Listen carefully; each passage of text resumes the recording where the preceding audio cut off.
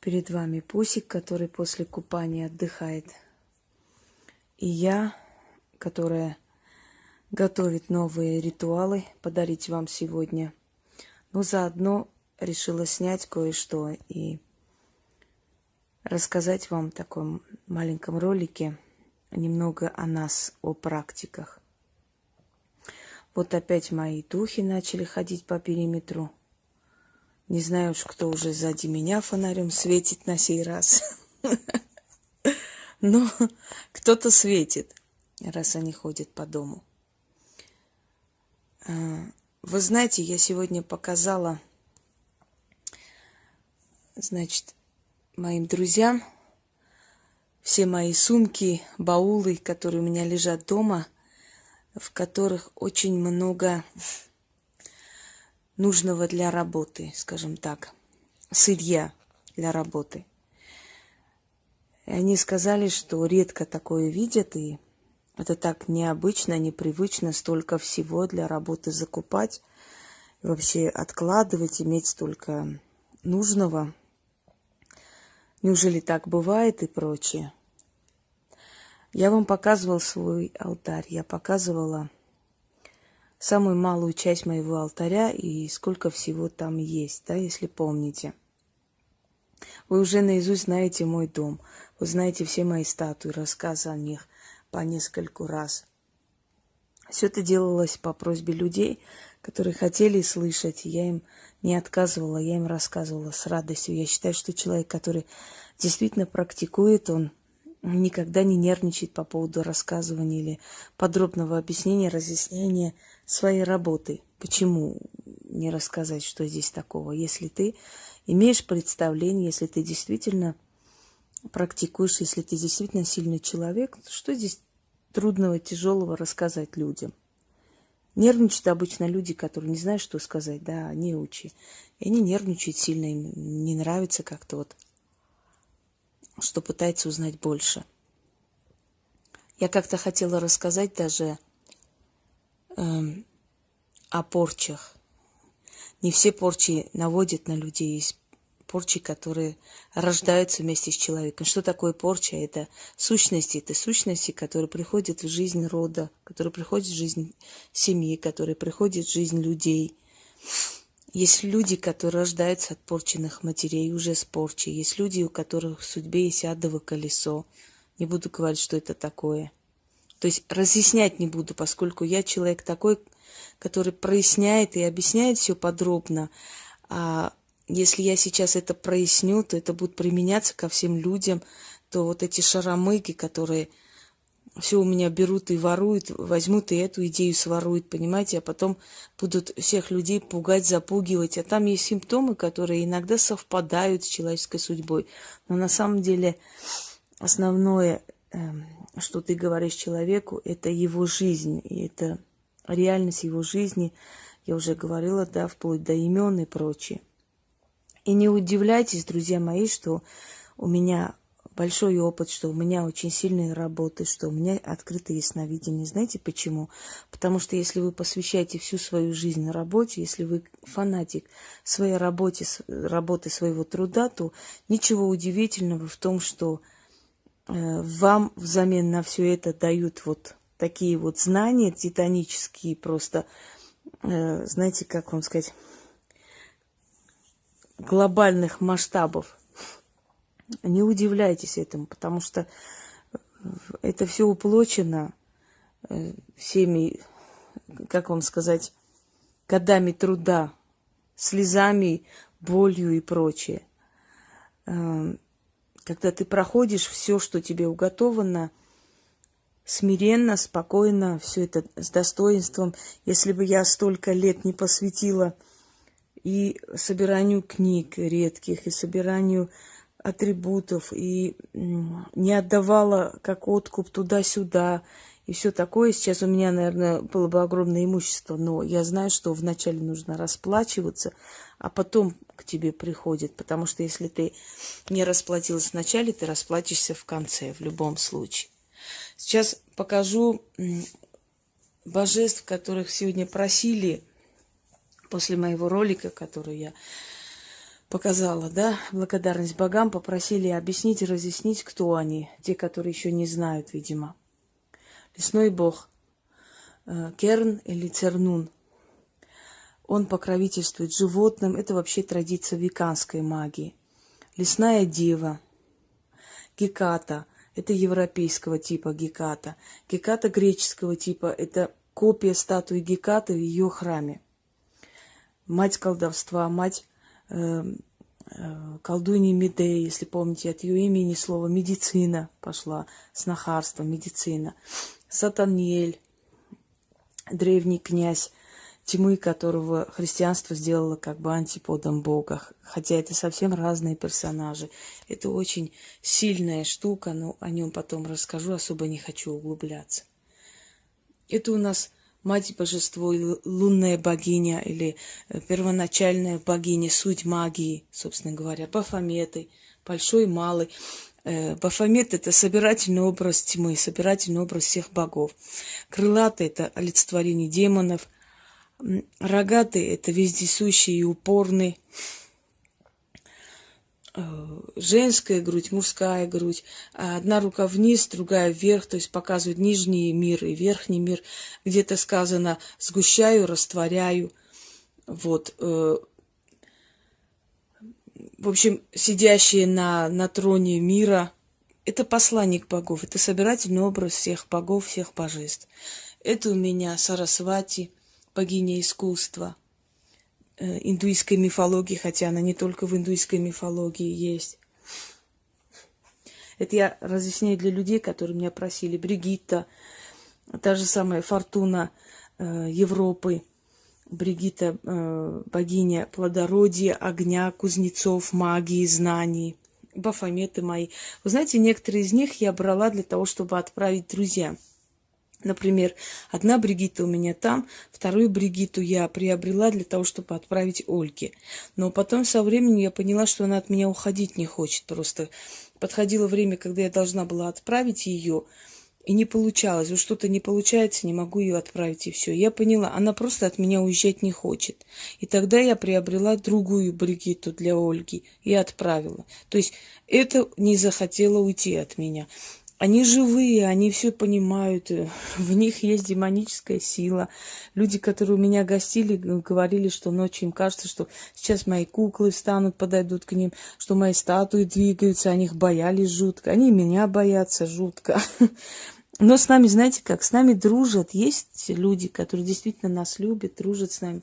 Это у меня алтарные столики, из несколько штук тут запихнуто, но еще где-нибудь будет. Надеюсь, когда-нибудь. Вот. Но большинство людей дружит с нами, потому что мы что-то можем, умеем. От нас можно получить какую-то помощь. К сожалению, это так. Ну, можно это отрицать, конечно. Ну, к большому сожалению, это так. Так, мать божество, отец бог, вот древние боги, лунное божество, бог рогатый. Еще раз говорю, рогатый это понятие, знаете, как упорный, сильный, идущий вперед. Бафомет это для благовония, в общем, подставка. Геката черная, вот она, белого мрамора, да, это черная Геката. Это у нас Дану, но Дану здесь олицетворяет богиню Анаид, потому что она и есть Анаид. Просто в Европе ее называют Анаид, а на Востоке, на Востоке Анаид, в Европе Дану. Здесь вот у нее даже армянские деньги, поскольку она богиня Анаид здесь. Я ее активизировала, если помните, да, в ритуале. Так, опять же, божественное начало мужчины и женщины. В древнем таком исполнении, вот под старину, как должно быть каноническое, в общем-то говоря.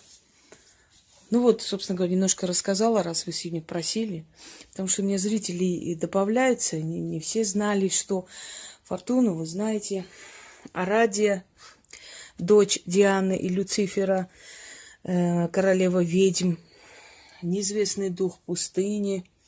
Ну, что еще вам показать? Лесная богиня, там сзади Ошун, значит, здесь у нас Люцифер, вот он, да, собственно говоря. Вот Диана сзади, охотница. Помните, фильм такой был «Графиня де Монсоро», да? Так вот, де Монсоро, графиня, вот сейчас покажу вам. Вот она. Это с ее фигуры сделанная вот эта вот статуэтка. Представляете, какая она была красавица? Это у нас Мерлин, который на самом деле существовал такой персонаж. Правда, немножко так много всякого там понакидали на него пуху. Пусть, не злись, я тебе ничего не делаю. Не злись, маленький. Все, спи.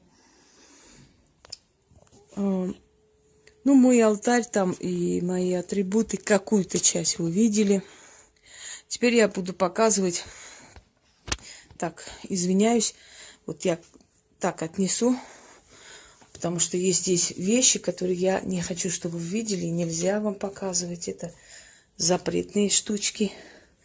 Так, вот это, собственно говоря, какая-то часть, определенная малая часть там всех моих штучек. Скажем так, в этих пакетах там и травы, видите, и ступки, благовония. Вот, очень много. Здесь видимое счастье магазин. Я здесь очень много чего беру. Вот. Еще раз закрою, извиняюсь, потому что нельзя, опять же, показывать вам запретные вещи. Ну, это атрибутика, на самом деле, ничего такого здесь нет. Но в любом случае не стоит вам это видеть, потому что нельзя. Так, ой, свечи. Как бы человечки, скажем так, фигуру человечки. Но с ними я проведу определенный ритуал, который надо провести, и надо вас и этому научить. Что еще вам показать? Я думаю, что достаточно, вы и так очень много видели. Так вот, к чему я еще раз вам показываю. Давайте-ка Пусю мы тут закроем. Пуся, закройся, давай. Пусть закройся, давай. Все, спи. Это тебя не касается, можешь спокойно спать. Дорогие друзья, дело в том, что все практики, они происходят из касты жрецов. Вот почему настоящие сильные, они очень похожи между собой. У них одинаковая судьба, у них очень много в жизни схожего. Они даже где-то напоминают друг друга издалека, если просмотреть, может быть. Даже генетически они где-то родственные имеют гены. У них перемешанные, вот, скажем так, какого бы народа не был практик, из какой бы семьи он ни вышел, видите, опять активизировались духи, поскольку я начала вот тормошить эти все сферы, вот они и начали опять летать. Ну вот, собственно говоря. Неважно, из каких семей мы выходим, в каких семьях мы рождаемся. Не буду вдаваться в подробности, об этом я много рассказывала. У нас очень схожая судьба. Почему это происходит? Потому что мы каста жрецов. Понимаете, мы жреческая каста. Мы служители тех богов, которые отвергнули религии. И эти боги, они нас берегут, как зеница ока. Вот если вы читаете Библию, помните, что были определенные пророки Бога, да, которых он берег, и, которые призывали народ вернуться к религии отцов. Не сравниваю, но это нечто похожее. Что-то в этом роде. Посланники тех самых богов, которые были забыты. Жреческая каста. И не можем мы не любить нашу профессию. Мы не можем наполовину быть ведьмами, наполовину быть в этом мире. То есть в какой-то мере заниматься, потом бросить, пойти поработать, потом еще раз прийти к этому делу. Мы фанаты этой профессии, этого дела. Где бы мы ни хотели себя реализовать, неважно, где мы хотели реализовать, кем мы хотели работать, нас все равно возвращали в эту сферу. Хочешь, не хочешь, мы никуда не могли убежать, никуда мы не делись, понимаете? Нас все равно возвращали. Поэтому не удивляйтесь, что откуда вот приходит столько знаний, столько умений. Ну, оттуда, от того, что ты как вам сказать, преданно служишь этой силе. Сколько было тех, которые изначально вроде давали надежду, вроде неплохо ориентировались, вроде бы неплохо шли вперед, да, но потом их проглотил быт. Они стали то по ресторанам кайфовать, то это, то. Они забросили это все, они забыли про это. И эти силы их стали наказывать. Они им не дали двинуться вперед. То есть они погибли на полпути. Мы не выбираем, силы нас выбирают. Мы не хотим. Если нас спросить, любая из нас скажет, да я с радостью жила бы другой жизнью. Кто вам сказал, что единственный выход или единственная, скажем так, способность хорошо жить или иметь уважение людей, это заниматься магией? Кто вам сказал? Почему? Можно точно так же писать книги, можно точно так же найти очень богатого человека, выйти замуж, и он тебя обеспечит. Кто вам сказал, что только магия дает нам вот высоту полета? Вы знаете, сколько из нас были замужем за очень богатых людей? Я не буду говорить, о ком я говорю. Я думаю, догадываетесь, кто мне близок, да, по духу, за богатых людей замужем. Нас любили богатые мужчины. Меня лично любил человек, который очень сейчас известен в Волгоградской области. И не один, и не два. И предлагал мне открыть свой университет. Предлагал открыть исторический там, значит, факультет в академии. Чего он только не предлагал мне. Не то, что я там не хотела или была горда и прочее, прочее. Но, во-первых, я такой человек, мы вообще ведьмы порядочные женщины, я вам скажу. Ведьма никогда не бывает гулящей. Для того, чтобы допустить до своего тела, она должна очень сильно полюбить человека. Невозможно этого сделать. Нам нравится флирт. Может, мы сводим с ума мужчин, может, мы... Знаете, нам этого достаточно. Дальше, чтобы шло, мы должны любить. Это наша суть, это наша натура. Мы не можем, не любя, быть с человеком. Это невозможно. Мы не изменяем, у нас нету тяги куда-нибудь влево уйти, поскольку у нас и силы на это не хватает, и времени нету. Нас раздражает, когда мужчина слишком долго находится рядом с нами. Нам хочется простора. Поэтому наши мужья, если мы замужем, либо военные, либо какой-то иной профессии, либо приезжают, уезжают, мы с ними ссоримся, и на некоторое время остаемся одни, и такой кайф, и хорошо. Вот. Почему? Потому что они мешают нам ритуалить, а нам это очень нужно. Мы как наркоманы, нам без этой дозы не жить. У нас раздраженность, у нас злость, у нас... Мы ничего не хотим от мужчин в этой жизни. Мы сами себе можем обеспечить полный ход. У нас есть и уважение, у нас есть и человеческое там понимание, у нас есть и люди, которые мы попросим сделать. Мы всегда знаем, почему нам это делают. Понимаете? Делают это, потому что мы им нужны. Мы это прекрасно осознаем, но нас это устраивает. А как еще? Мы с этим смиряемся. Сколько было случаев, когда ты соединяешь людей, когда ты помогаешь им в трудную минуту, а потом они то поженились, то, знаете, то день рождения справляют, и тебя даже не вспоминает никто. Через некоторое время смотришь, фотографии выложили на сайте. Вот у нас день рождения, мы там, мы купались, мы поехали в лес, мы еще чего-нибудь. Становится очень обидно и больно, потому что эти люди приходили к тебе и плакались там, просто, знаете, чуть ли не знаю, там рыдали горькими горючими слезами: помоги, спаси, моя спасительница, все на свете для тебя сделаю. А когда у них все хорошо, они даже не хотят тебя вспоминать. От этого становится мрачно на душе, от этого мы меняемся мы к людям, от этого мы становимся строже, от этого становимся жестче, перестаем помогать просто так, потому что ты понимаешь, что все равно тебя никто не вспомнит и не скажет спасибо. Так зачем я должна просто так вам служить, правда? То есть нас делают, по сути, жестокими люди сами тоже, в том числе. А может быть, это нужно. Мы проходим школу очень жестоких и жестких испытаний, но внутри нас всегда есть вера в те силы, которые нас туда привели.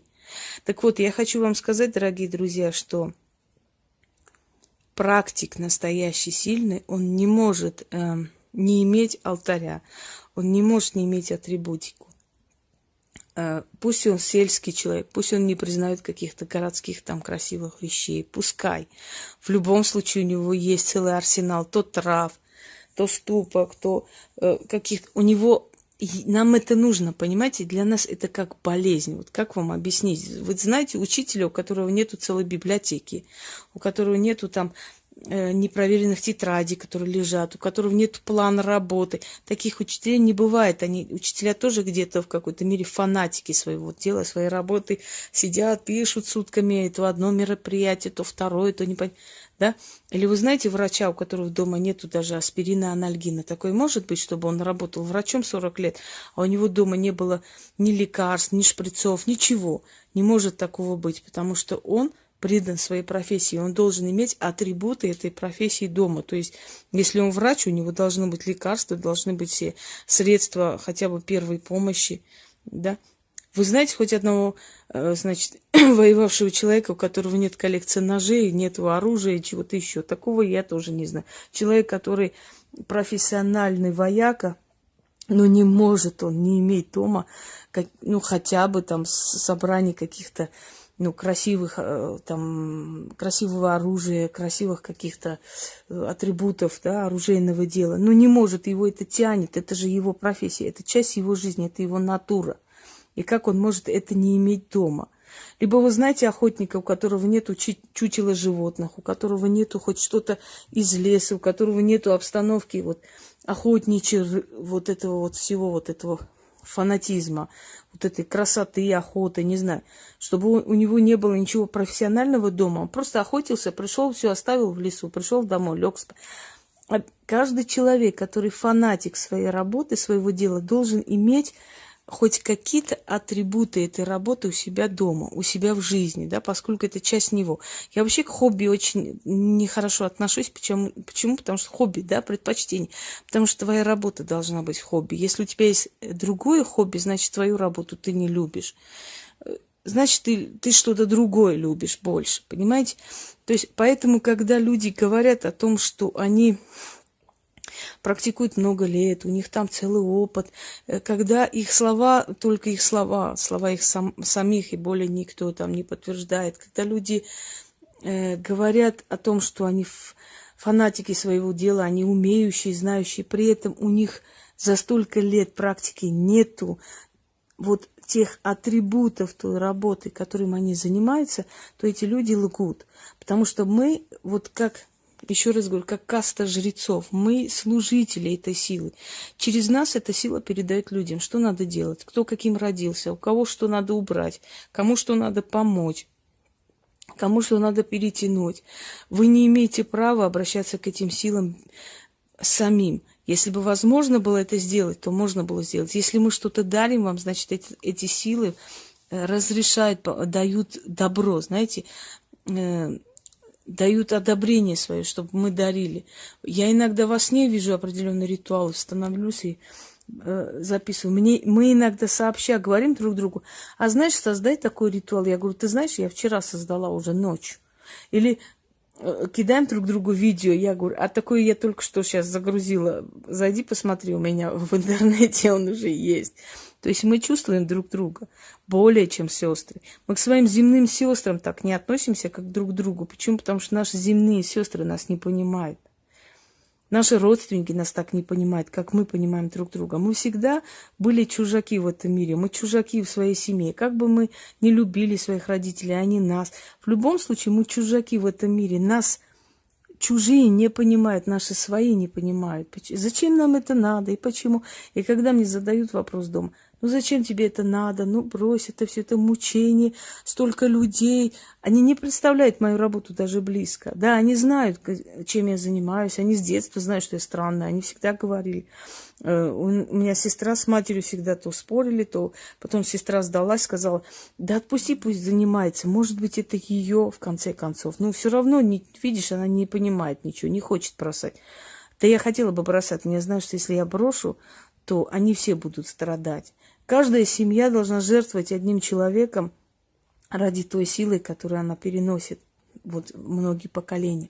И если не я, так другой. Мой дед, говорю вам еще раз, умер молодым, потому что отказался от этой силы. Он не хотел. И эта сила его увела на тот свет. И через 3 месяца родилась я. Понимаете? Чтобы передать теперь мне. В какой-то мере, можно сказать, из-за меня он ушел. Его убрали, чтобы я родилась и приняла эту силу сама я. Понимаете, как это какая-то тяжкая судьба и тяжкий крест.